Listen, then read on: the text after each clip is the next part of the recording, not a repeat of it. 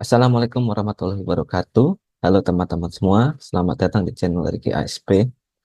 Di video kali ini kita akan membahas tentang tingkat bunga atau interest rate. Sebelum kita membahas tentang tingkat bunga, kita perlu mempelajari tentang konsep bunga. Pada dasarnya, terdapat beberapa pendekatan yang dapat kita gunakan untuk menjelaskan tentang konsep bunga. Pertama, bunga dapat dianggap sebagai suatu kompensasi atas penggunaan sumber daya. Melalui pendekatan ini, bagi seorang kreditur, bunga merupakan kompensasi atas penggunaan uang mereka oleh debitur. Sebagai contoh, atas penyaluran dana dalam bentuk pinjaman, seorang kreditur akan mengharapkan kompensasi berupa bunga atas penggunaan dana mereka. Pendekatan serupa dapat pula kita gunakan bagi investor yang mengharapkan imbal hasil atas penggunaan sumber daya mereka untuk tujuan investasi. Oleh karena itu, istilah bunga dan imbal hasil memiliki karakteristik yang serupa dan kerap dipertukarkan tergantung situasi dan kondisi yang dihadapi. Selanjutnya, konsep tentang bunga dapat pula kita lihat dari perspektif nilai waktu uang. Dari perspektif ini, bunga menjadi penyetara nilai uang di sepanjang titik waktu yang berbeda.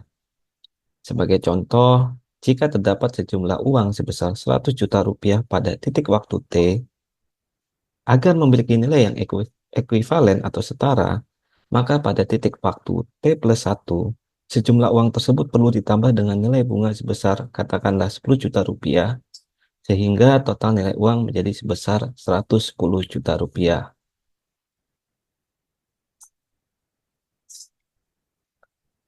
Tingkat bunga terbentuk dari permintaan dan penawaran di dalam pasar uang.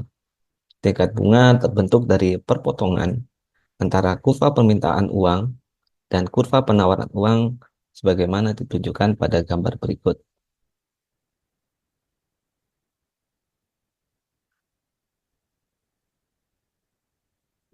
Sebagaimana digambarkan pada video kali ini, kurva permintaan uang menunjukkan jumlah permintaan uang di setiap tingkat bunga yang berbeda.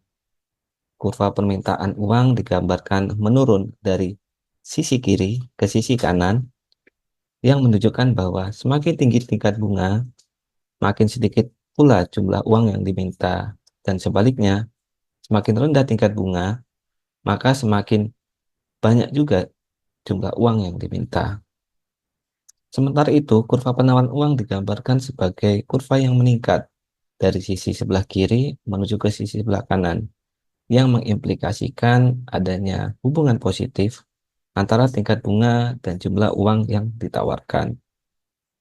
Dalam kondisi ini, semakin tinggi tingkat bunga, maka makin banyak jumlah uang yang ditawarkan. Dan sebaliknya, tingkat bunga yang rendah mengakibatkan jumlah uang yang ditawarkan menjadi semakin sedikit. Titik equilibrium yang dilambangkan dengan huruf E ini menunjukkan perpotongan antara kurva permintaan dan kurva penawaran dan menunjukkan keseimbangan antara tingkat bunga dan jumlah uang yang tercipta di dalam pasar uang. Selanjutnya, berdasarkan mekanisme pembentukan tingkat bunga di dalam pasar uang, dari perspektif investor, terdapat berbagai metode penentuan tingkat bunga atau imbal hasil.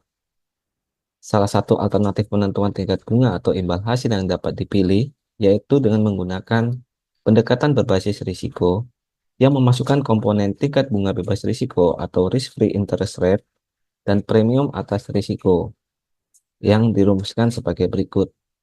Tingkat bunga atau R sama dengan tingkat bunga bebas risiko ditambah premium atas risiko. Melalui persamaan ini, tingkat bunga atau imbal hasil yang diharapkan oleh investor merupakan akumulasi dari tingkat bunga bebas risiko dan premium atas risiko yang teridentifikasi. Tingkat bunga bebas risiko merupakan tingkat bunga atau imbal hasil atas instrumen yang dianggap bebas dari risiko. Misalnya, tingkat bunga yang ditawarkan oleh surat utang negara.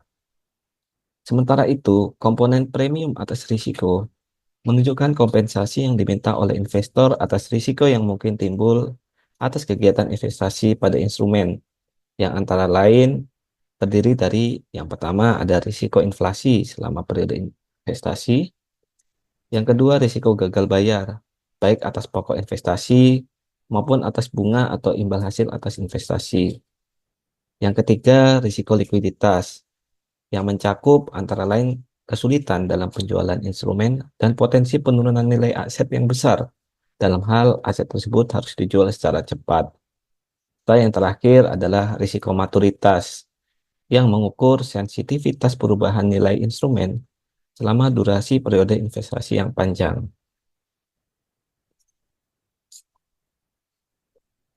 Untuk memberikan pemahaman yang lebih baik tentang penentuan tingkat bunga atau imbal hasil, simaklah contoh berikut. Dalam contoh ini, Tuan Ahmad tertarik untuk ikut berinvestasi sebesar 100 juta rupiah selama 5 tahun pada usaha penyewaan kendaraan yang dijalankan oleh Tuan Bayu. Setelah mempelajari seluk-beluk usaha tersebut dan melakukan riset, Tuan Ahmad memperoleh data sebagai berikut. Pertama, tingkat bunga deposito yang dijamin oleh Lembaga Penjamin Simpanan atau LPS adalah sebesar 3% per tahun. Dua, tingkat inflasi rata-rata adalah sebesar 5% per tahun. Ketiga, risiko kegagalan usaha tergolong rendah karena usaha penyewaan kendaraan Tuan Bayu telah berjalan lama dan telah mengantongi kontrak kerja jangka panjang dari beberapa pihak. Selain itu, dalam kontrak investasi yang disusun, Tuan Bayu memberikan jaminan berupa aset dengan nilai yang setara dalam hal terdapat kegagalan bisnis. Atas dasar tersebut, Tuan Ahmad menetapkan kompensasi atas risiko kegagalan usaha sebesar 1% per tahun.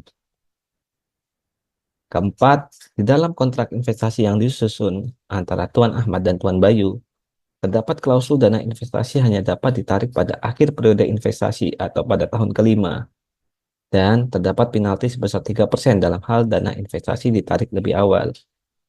Oleh karena itu, Tuan Ahmad menetapkan kompensasi atas risiko likuiditas investasi sebesar 3% per tahun.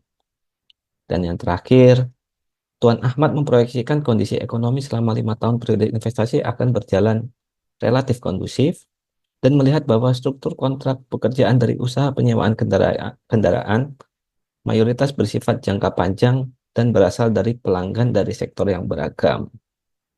Oleh karena itu, Tuan Ahmad menilai tidak perlu menetapkan kompensasi atas risiko maturitas selama 5 tahun periode investasi. Nah, dari soal tersebut, kita diminta untuk menghitung tingkat imbal hasil atau return yang mungkin diminta oleh Tuan Ahmad atas investasinya pada usaha penyewaan kendaraan Tuan Bayu. Dengan menggunakan rumus yang telah kita jelaskan sebelumnya, kita bisa menghitung tingkat imbal hasil per tahun yang mungkin diminta oleh Tuan Ahmad, yaitu sebagai berikut. Tingkat pengembalian yang diharapkan sama dengan tingkat bunga bebas risiko ditambah premium atas risiko, di mana premium atas risiko terdiri dari premium atas risiko inflasi, ditambah premi atas risiko kegagalan usaha, dan premi atas risiko likuiditas investasi. Sementara itu, tingkat bunga bebas risiko menggunakan tingkat bunga deposito yang dijamin oleh LPS, yaitu sebesar 3% per tahun. Dengan kita menjumlahkan semua tingkat bunga bebas risiko dan premium atas risiko, yaitu 3% ditambah 5% ditambah 1% ditambah 3%, maka kita memperoleh bahwa tingkat pengembalian yang mungkin diminta oleh Tuan Ahmad adalah sebesar 12% per tahun. Baik, demikian video kita pada sesi kali ini. Semoga bermanfaat. Terima kasih. Sampai jumpa pada video berikutnya.